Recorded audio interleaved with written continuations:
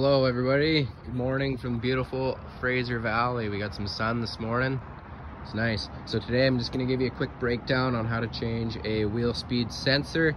Now this applies to most heavy trucks. This is a Peterbilt here, Kenworth, International, they're all basically the same. Same idea anyways. So anyways, we started off with lifting up the axle, removing the tires, getting our jack stand in.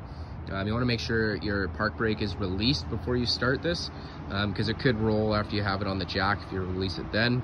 Also, we're going to have to remove the brake drum, so we need the brakes released for that. So once you got your wheels off, I suggest using an impact.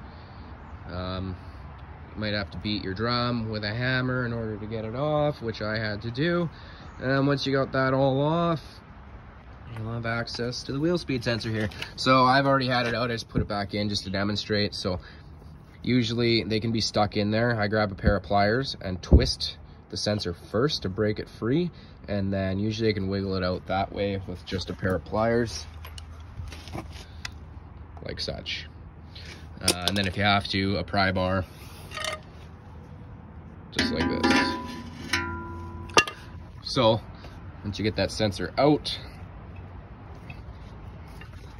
and I just had it out, so it should came out fairly easily.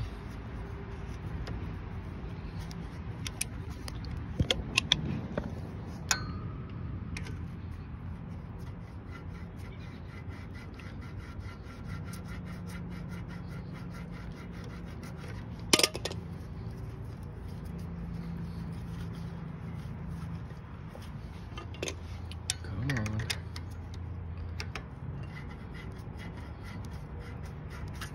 All right, and we're out. So you're gonna follow that wire back, you're gonna cut all the zip ties, and there's gonna be a connector inside the frame, somewhere around here, might be bundled up. Cut those zip ties, disconnect the connector. In this case, mine was hardwired, so I cut the wires. Pull your wire through, there's a hole right there that your sensor wiring is gonna go back through when you're all done, okay? So here's my new wheel speed sensor. Now it does come with a new sleeve for the inside there. I only ever change them if they're seized or they get damaged on removal. In this case, this one came out fairly easily, so we're just gonna go with it there.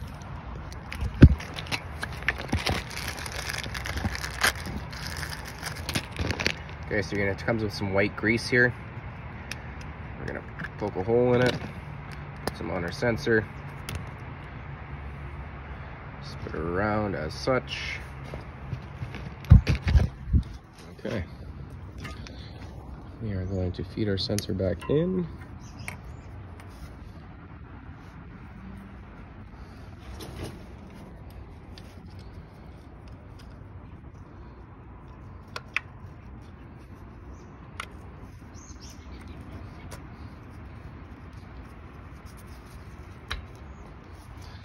Okay, and we're in, as you can see there.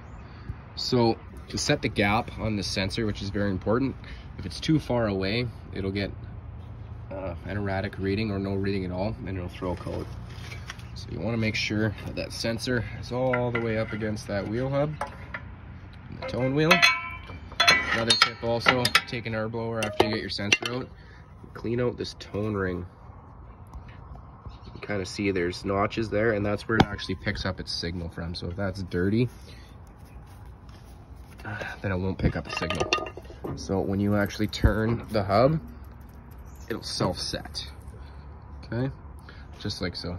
So you're gonna feed your wire all the way through. Now there's a little tab, as you can see on there. I take a nice pair of flush cuts, or side cutters, or knife, and cut that little edge off right there, and you can feed it through that hole in the spider a lot easier. And then you simply tie it up along the way. Make sure you go along the brake line. You gotta leave slack in the line so that it doesn't, it has room to move with the suspension, or else you're gonna end up with a ripped wire, or it's gonna rip out of the connector. All right, so I suggest putting a bit of dielectric grease in the connector when you hook it up as well, just to prevent corrosion and such. And then once you get it all together, wheels torqued, etc., Then you just simply drive it, and if this indeed was your problem, your light will go out after you hit about 15 kilometers an hour. So anyways, that's just a quick rundown on how to change a wheel speed sensor on most commercial trucks. Enjoy.